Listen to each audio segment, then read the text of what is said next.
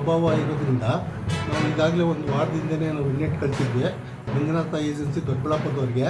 ಅವರು ಕೊಡ್ತೀವಿ ಅಂತ ಹೇಳಿದ್ರು. ಲಾಸ್ಟ್ ಮೂಮೆಂಟ್ಗೆ 10ನೇ ತಾರೀಕು ರಾತ್ರಿ ಇಲ್ಲ ನಾವು ಸಪ್ಲೈ ಕೊಡೋಕ್ಕಾಗ್ತಾರೆ, ನೀವೇನೋ ಪರ್ಯಾಯ ಏನಾರು ಮಾಡ್ಕೊಳ್ಳಿ ಅಂತ ಹೇಳಿದ್ರು. ಹಾಗಾಗಿ ನಾವು ಬೆಳಿಗ್ಗೆ ದಿನ ಮಾಡಿದಾಗೆ ಮಾಡೋಕ್ಕಾಗಲ್ಲ ಅಂಥೇಳಿ ನಾವು ದಿನ 9:30ಯಿಂದ 12:30 1 ಗಂಟೆವರೆಗೂ ತಿಂಡಿ ಕೊಡ್ತಾಯಿದ್ವಿ. ಮತ್ತು ಅನ್ನ ಸಾಂಬಾರು 3:30 4 ಗಂಟೆವರೆಗೂ ಕೊಡ್ತಾಯಿದ್ವಿ. ಈ ಗ್ಯಾಸ್ ಅಭಾವದಿಂದ ನಿನ್ನೆ 11ನೇ ತಾರೀಕಿಂದ 11ರಿಂದ 4 ಗಂಟೆವರೆಗೂ ತಿಂಡಿ ಕೊಟ್ಟಿದ್ದೀವಿ. ಅಂದರೆ ಈಗ ಎಷ್ಟು ಸಿಲಿಂಡ್ರ್ ಇದೆ ಇದು? ಸರ್ ನಮ್ಮಲ್ಲಿ 4 ನಿನ್ನೆಗೆ 6 ಸಿಲಿಂಡ್ರ್ ಇತ್ತು, ಈಗ 4 ಇರಬೇಕು. 4 ಈಗ ಸಿಲಿಂಡರ್ ಖಾಲಿ ಆದರೆ ಅವು ಖಾಲಿ ಆದರೆ ಎಷ್ಟು? ಸರ್ ಅದಕ್ಕೆ ನಾವು ಪರ್ಯಾಯ ಈಗಾಗಲೇ ಇವರು ಸೌದೆ ಸಪ್ಲೈ ಮಾಡೋರಿಗೆ ಹತ್ರ ಎಲ್ಲ ಮಾತಾಡಿದ್ವಿ. ಈ ದಿನ 12-1 ಗಂಟೆ ಒಳಗಡೆ ಸಪ್ಲೈ ಕೊಡ್ತೀವಿ ಅಂತ ಹೇಳಿದರೆ ನಾವು ಸ್ಟೋವ್ ಮತ್ತು ಶೆಡ್ ಎಲ್ಲ ರೆಡಿ ಮಾಡ್ಕೊಂಡಿದ್ದೀವಿ. ಅಲ್ಲಿ ಮಾಡೋಕ್ಕೆ ನೀರಿನ ವ್ಯವಸ್ಥೆ ಎಲ್ಲ ಮಾಡ್ಕೊತಾ ಇದ್ದೀವಿ. ನಾಳೆಯಿಂದ ನಾವು ಸೌದೆ ಮನೇಲಿ ಮಾಡೋಕ್ಕೆ ವ್ಯವಸ್ಥೆ ಮಾಡ್ತೀವಿ. ಅಂದರೆ ಈಗ ಭಾನುವಾರ ಮಂಗಳವಾರ ಎಲ್ಲ ಎಷ್ಟು ಜನ ಭಕ್ತರು ಬಂದು ಊಟ ಮಾಡ್ತಾ ಇದ್ದಾರೆ? ಸರ್ ಭಾನುವಾರ ಮಂಗಳವಾರ ಎಲ್ಲರೂ ಒಂದು 12ರಿಂದ 15 ಸಾವಿರದವರೆಗೂ ಬರೋರು ಭಕ್ತರು ಹಿಂದೆ.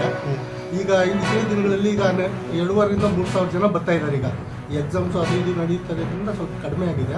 ಹಾಗಾಗಿ ನಾವು ಈಗ ತಿಂಡಿ ವ್ಯವಸ್ಥೆನ ಮಾಡ್ತಾಯಿದ್ದೀವಿ. ಅಂದರೆ ಈಗ ಭಾನುವಾರಕ್ಕೆ ಅಷ್ಟೊತ್ತಿಗೆ ನೀವು ಸಮಸ್ಯೆ ಏನಾಗ್ದಂಗೆ ಮಾಡ್ಕೊತೀವಿ. ಸೌದೆಯಲ್ಲೇ ಮಾಡಿ ಸ್ವಲ್ಪ ಹೆಚ್ಚು ಕಡಿಮೆ ಹಿಂದೆ ಮಾಡಿದಷ್ಟು ಮಾಡ್ತಿದ್ರು ಸ್ವಲ್ಪ ಒಂದು ಟೈಮಿಂಗ್ಸು ಹೆಚ್ಚು ಕಡಿಮೆ ಮಾಡ್ಕೊಂಡು ಮಾಡ್ಕೊತೀವಿ. ಗ್ಯಾಸ್ ಇದ್ದಾಗ ಏನು ತಿಂಡಿ ಕೊಡ್ತಿದ್ರಿ, ಏನು ಊಟ ಕೊಡ್ತಿದ್ರಿ, ಈಗ ಏನು ಕೊಡ್ತೀರಾ ಸರ್?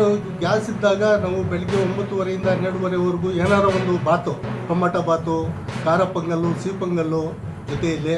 ಹಾಗಾಗಿ ಇದು ಒಂದು ಬಿಸಿಬೇಳೆ ಬಾತು, ಚಿತ್ರಾನ್ನ, ಪುಳಿಯೋಗರೆ ದಿನ ಒಂದೊಂದು ಥರದ್ದು ಮಾಡಿ ಒಂದು 9:30ರಿಂದ 12:30ವರೆಗೂ ಕೊಡ್ತಾಯಿದ್ವಿ. ಆಮೇಲೆ ಅನ್ನ ಸಾಂಬಾರು, ಮಜ್ಜಿಗೆ ಅನ್ನ, ಸಿಹಿ ಪೊಂಗಲ್ಲು 3:30 4 ಗಂಟೆವರೆಗೂ ರೆಗ್ಯುಲರ್ ಕೊಡ್ತಾಯಿದ್ವಿ.